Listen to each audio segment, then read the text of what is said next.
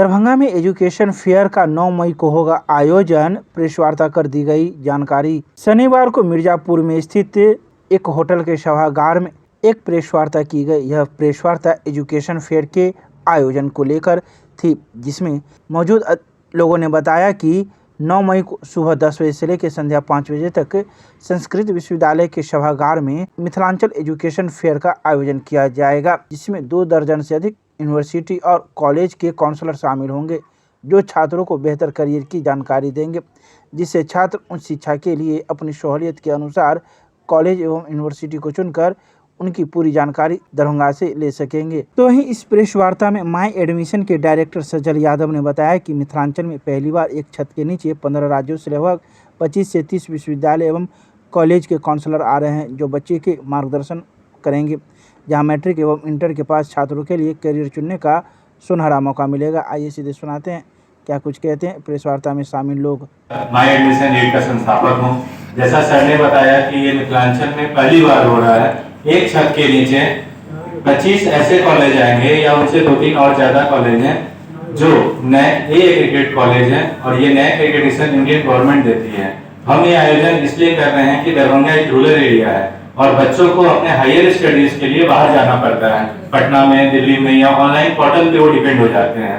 तो हम एक ऐसा मौका दे रहे हैं सारे बच्चों को दरभंगा डिस्ट्रिक्ट से सीतामढ़ी, मधुबनी, समस्तीपुर कि वो आए और एक छत के नीचे सारे कॉलेज के बारे में जानकारी प्राप्त करें और जिस फील्ड में भी उनकी रुचि है। जैसे कोई स्टूडेंट इंजीनियरिंग करना ही नहीं चाहता है, लेकिन उनके माँ बाप चाहते हैं वो इंजीनियर बन जाए, डॉक्टर बन जाए, तो बच्चे अपने काउंसलर से पूछे, संबंधित कॉलेज के काउंसलर से पूछे कि इंजीनियरिंग और मेडिकल के अलावा भी और क्या फील्ड है। बीबीए होता है, बीसीए होता है, होटल मैनेजमेंट होता है, जर्नलिज्म होता है, फैशन डिजाइन है।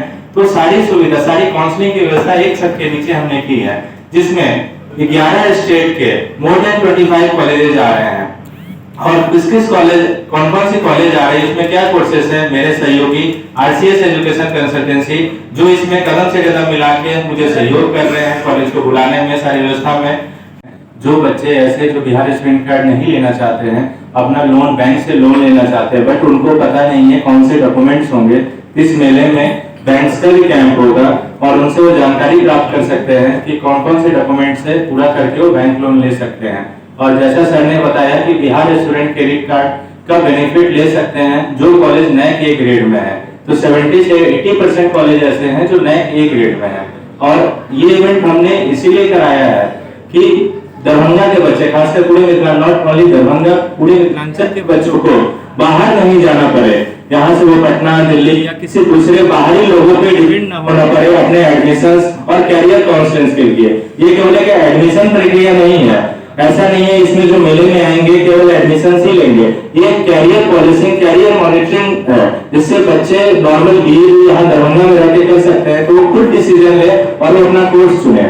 और इसी इवेंट को आगे बढ़ाने के लिए हमने 100 ऐसे बच्चों को लकी ड्रॉ से चुनेंगे जो मेधावी हैं, जिनका मोर देन 85% नंबर है 12th में या 10th में। उन 100 बच्चों को हम लकी ड्रॉ से फिल्टर करके कुछ प्राइजेस और गिफ्ट देंगे। उस कड़ी में सबसे पहला प्राइज 11,000 कैश है जो हम बच्चों को देंगे। उस पूरे डाटा में जो भी ऐसे बच्चे आएंगे जो इकोनॉमिक रूप से कमजोर है और मोर देन 85% है, उनको हम ये प्राइज देंगे और 100 बच्चों को हम प्राइज देंगे। और मेले में जो भी बच्चे आएंगे उनको कुछ ना कुछ एस्योर्ड गिफ्ट रहेगा, लाइक डायरी, पेन, बैग्स।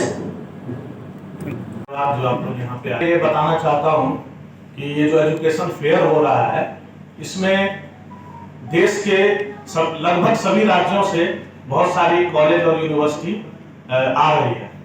जिस क्रम में सबसे पहले अगर हम बिहार की बात करें तो बिहार से 2-3 इंस्टीट्यूशन है, जैसे चाणक्य फाउंडेशन पटना, जिसमें बहुत सारे कोर्सेस हैं, बीएड है, डीएलएड है, फार्मेसी है, नर्सिंग है, यहाँ तक कि छोटे कोर्सेस में आईटीआई और पैरामेडिकल्स भी है। उसके अलावा एक पटना में ऑक्सफोर्ड बिजनेस कॉलेज है जिसमें बीबीए, बीसीए, एमबीए ये आ रही है। और तीसरा संदीप यूनिवर्सिटी जो मधुबनी में है, उससे भी हम लोगों की बात चल रही है, शायद वो भी पार्टिसिपेट करेंगे। उसके बगल में अगर हम यूपी की बात करें, उत्तर प्रदेश से मंगलायतन यूनिवर्सिटी,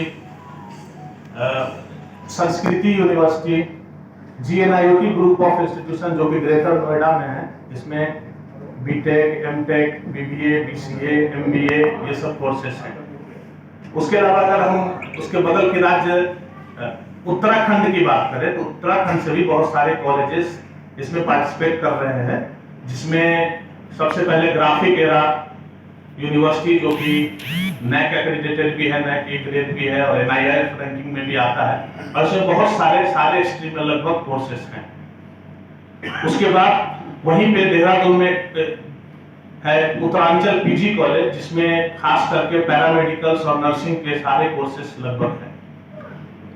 तीसरे पर अगर हम आते हैं तो रुड़की में क्वांटम यूनिवर्सिटी है, इसमें भी बहुत सारे कोर्सेस हैं, फार्मेसी, मेडिकल से रिलेटेड, इंजीनियरिंग से रिलेटेड, मैनेजमेंट से रिलेटेड, वो भी आ रही है। अगर बगल में हम फिर हिमाचल प्रदेश की बात करें तो हिमाचल प्रदेश से चितकारा यूनिवर्सिटी जो कि वो भी NAC A grade, A+ grade में आती है, उसके दो कैंपस हमारे पास, जो एक मेन कैंपस चंडीगढ़ में है वो भी आ रही है और दूसरा जो हिमाचल सोलन में है वो भी आ रही है। उसी कड़ी में फिर बद्दी यूनिवर्सिटी जो बद्दी हिमाचल प्रदेश में है वो भी इसमें है। इसके अलावा अगर ग्रेटर नोएडा की बात करें तो यहाँ से SRM यूनिवर्सिटी गाजियाबाद वो भी इसमें पार्टिसिपेट। इसके साथ साथ बहुत सारे यूनिवर्सिटी है जो हम लोगों के बीच इस एजुकेशन फेयर में पार्टिसिपेट करने आ रहे हैं और इसमें बच्चों को बहुत फायदा होने वाला है। अगर इसमें जितने भी बच्चे पार्टिसिपेट करेंगे उनको कुछ न कुछ फायदा होगा ही। आगे करियर काउंसलिंग के लिए वो आगे क्या करना चाहिए उसमें मार्गदर्शन मिलेगा। दूसरा एक सबसे ज्वलंत बात यह है कि इसमें 70% कॉलेजेस ऐसे आ रहे हैं जिनका रैंकिंग अच्छा है, जैसे NAC A grade, A++ grade है, NIRF रैंकिंग में आते हैं, कुछ कॉलेज ऐसे हैं जो NBA एक्रेडिटेशन में आते हैं। इसका फायदा बच्चों को ये मिल सकता है जो हमारे बिहार सरकार की तरफ से चलाया जा रहा है 7 निश्चय योजना के अंतर्गत बिहार स्टूडेंट क्रेडिट कार्ड योजना। अगर कोई बच्चा आर्थिक तंगी की वजह से पढ़ने में असमर्थ है, अगर पैसे की उसके पास इंतजाम नहीं हो पा रहा है, अगर वो चाहता है कि बिहार स्टूडेंट क्रेडिट कार्ड का लाभ उठाकर हम आगे की पढ़ाई को पूरा कर सके 10th 12th के बाद, तो उसके लिए भी इसमें ऑप्शंस हैं। धन्यवाद।